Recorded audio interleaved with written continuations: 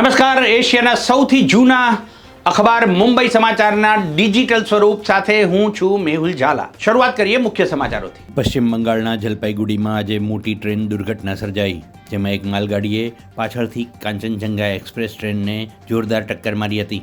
આ દુર્ઘટનાના કારણે અત્યાર સુધીમાં 15 લોકોના મોત થયા છે, જ્યારે 60 લોકો ઘાયલ થયા છે.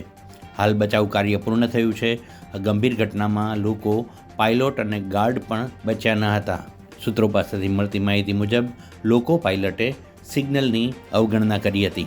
જેડીયુના નવા ચૂંટાયેલા સાંસદ દેવેશ ચંદ્ર ઠાકુરે સીતામઢીમાં એક જાહેર કાર્યક્રમ દરમિયાન કહ્યું કે મુસલમાન અને યાદવોનું કોઈ કામ કરશે નહીં. લોકસભા ચૂંટણીમાં આ સમાજના વોટ ન મળતા ચંદ્ર ઠાકુર બોખલાયા છે. તેમણે જાહેર મંચ પરથી કહ્યું કે 22 વર્ષથી રાજનીતિમાં સક્રિય હોવા દરમિયાન તેમણે સૌથી વધુ કામ યાદવ અને મુસ્લિમોનું કર્યું છે, પરંતુ આ ચૂંટણીમાં આ લોકોએ તેમને વોટ ન આપ્યા. મહારાષ્ટ્રમાં ઇન્ડિયા એલાયન્સના સારા પ્રદર્શને વિપક્ષી પાર્ટીઓમાં નવો ઉત્સાહ ભરી દીધો છે. લોકસભા ચૂંટણીના પરિણામો જોઈને નાના પક્ષોનો શરદ પવારમાં વિશ્વાસ વધ્યો છે. તેઓ તેમને સમર્થન આપવા માંગે છે. માર્ક્સવાદી કમ્યુનિસ્ટ પાર્ટીના નેતાઓએ શરદ પવાર સાથે મુલાકાત કરી. મહાવિકાસ અઘાડીની સીટોની વહેંચણીમાં સોલાપુર સેન્ટ્રલમાંથી 12 અને રાજ્યમાંથી 12 સીટોની માંગણી કરી હતી. માર્ક્સવાદી કમ્યુનિસ્ટ પાર્ટીના નેતાઓએ તાજેતરમાં જ એનસીપી શરદ પવાર જૂથના પ્રમુખ શરદ પવાર સાથે મુલાકાત કરી હતી. લોકસભા ચૂંટણી 2024માં કોંગ્રેસના પૂર્વ અધ્યક્ષ રાહુલ ગાંધીએ કેરળની વાયનાડ અને ઉત્તર પ્રદેશની રાયબરેલી બંને બેઠકો પર જીત નોંધાવી, પરંતુ નિયમો અનુસાર રાહુલ કોઈ પણ સાંસદ ભલે 2 સીટ ઉપર વિજય થાય, પરંતુ તે સાંસદ પદે માત્ર 1 સીટ પર જ રહી શકે. આ પરિસ્થિતિમાં સૌથી મોટો સવાલ એ છે કે રાહુલ ગાંધી 2માંથી કઈ સીટ ખાલી કરશે. કોંગ્રેસના સૂત્રો પાસેથી મળતી માહિતી મુજબ રાહુલ ગાંધી પરિવારની વારસાગત બેઠક રાયબરેલી પરથી યથાવત રહેશે. ગુજરાતના પવિત્ર યાત્રાધામ પાવાગઢમાં જૈન તીર્થંકરોની મૂર્તિઓ ખંડિત થતાં વિવાદ ઊભો થયો, જેમાં પાવાગઢ મંદિર જવાના જૂના પગથિયાની બાજુમાં તીર્થંકરોની મૂર્તિઓ હતી. જોકે મૂર્તિઓ ખંડિત થતાં જૈન સમાજમાં ભારે આક્રોશ જોવા મળી રહ્યો છે. મોડી રાત્રે પાવાગઢ પોલીસ મથકે જૈન સમાજના લોકો એકઠા થયા. હાલોલ જૈન સમાજે પાવાગઢ પોલીસને આવેદન પણ આપ્યું. આ કૃત્ય કરનાર વિરુદ્ધ કડકમાં કડક કાર્યવાહીની માંગણી કરી હતી. પંચમહાલમાં આવેલા પાવાગઢ મહાકાળી માતાના મંદિરમાં જૂના પગથિયાની બાજુમાં લાગેલી હતી તીર્થંકરોની મૂર્તિઓ પગથિયાનું સમારકામ કરતાં ખંડિત થઈ, તેમ જણાવવામાં આવી રહ્યું છે. મોડી રાત્રે પાવાગઢ પોલીસ મથકે જૈન સમાજના લોકો એકઠા થયા અને આવેદન આપ્યા હતા. આ વિવાદ પર ગૃહ રાજ્યમંત્રી હર્ષ સંઘવીએ પણ પ્રતિક્રિયા આપી. पावागढ़ ऐतिहासिक भूमि है. पावागढ़ के पहाड़ों पे जैन तीर्थंकरों की बहुत ही बड़ी संख्या में प्रतिमा स्थापित की गई थी, जो हजारों सालों से ये प्रतिमा वहीं स्थापित है.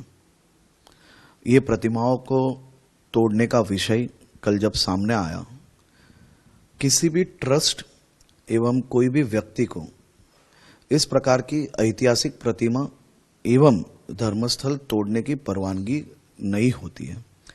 सरकार ने खासतौर पे मुख्यमंत्री जी से जब चर्चा हुई, मुख्यमंत्री जी ने इसको गंभीरता से लेते हुए सरकार में और एवं डिपार्टमेंट में सूचना दी है कि ये प्रतिमा जो जैनों की आस्था का बहुत ही बड़ा केंद्र है, वो आस्था को ठेस नहीं पहुंचना चाहिए और तात्कालिक ये प्रतिमा जहाँ थी वहाँ फिर से स्थापित किया जाए और स्थापित करके सबकी भावना एवं सभी की आस्था को संभाला जाए. और खास तौर पे ये इंस्ट्रक्शंस दे ली गई है कलेक्टर, एसपी एवं सभी संघों के लोगों के साथ बैठ के अभी वहाँ पे जैन समाज है एवं अन्य संस्थाओं के साथ बैठ के निर्णय लिया गया है. कुछ ही घंटे में उसको स्थापित कर लिया जाएगा. આજે બકરીદની સરકારી જાહેર રજા હોય ત્યારે તમામ શૈક્ષણિક સંસ્થામાં શૈક્ષણિક કાર્ય બંધ રાખવાનું હોય છે, પરંતુ રાજકોટની નામાંકિત ધોળકિયા સ્કૂલને જાણે સરકારના નિયમો સાથે કોઈ લેવા દેવા જ ના હોય તેમ અવારનવારની જેમ આજે પણ ધોળકિયા સ્કૂલની તમામ બ્રાન્ચો ચાલુ રાખી હતી. આ સ્કૂલના અનેક વિદ્યાર્થીઓ અને તેના વાલીઓએ ફરિયાદ કરી હતી. કોંગ્રેસના વિદ્યાર્થી નેતાઓ જ્યારે આ બાબતે સ્કૂલ સંચાલકને રજૂઆત કરતા હતા ત્યારે તાલુકા પોલીસે બળજબરીપૂર્વક કાર્યકરોની અટકાયત કરી. રોહિતસિંહ રાજપૂતનો સંપર્ક કરતા જણાવ્યું કે અમે જિલ્લા શિક્ષણ અધિકારીને આ અંગે 5 કોલ કરેલા હતા, પરંતુ કોઈ પ્રત્યુત્તર નહોતો મળ્યો. બાદમાં અમારે સ્કૂલે રૂબરૂ જવું પડ્યું અને ખોટા સંચાલકે પોલીસને આગળ ધરી વિદ્યાર્થીઓનો અવાજ દબાવ્યો છે. સ્મૃતિ મંધાના અને દીપ્તિ શર્માનો કમાલ. ભારતીય મહિલા ટીમ પ્રથમ વનડેમાં દક્ષિણ આફ્રિકાને હરાવ્યું. ભારતીય મહિલા ક્રિકેટ ટીમે રવિવાર 16 જૂનના રોજ બેંગલુરુમાં પ્રથમ વનડે દક્ષિણ આફ્રિકા સામે 143 રનની જંગી જીત નોંધાવી.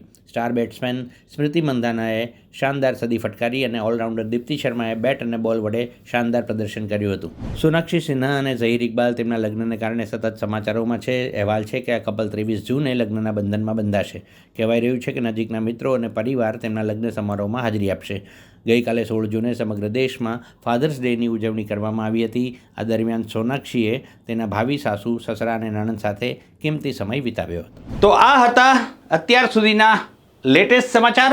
વધુ સમાચાર અને તરોતાજા વિડીયો સાથે, નવા અપડેટ સાથે જોતા રહો મુંબઈ સમાચાર ડિજિટલ. ત્યાં સુધી મને રજા આપશો.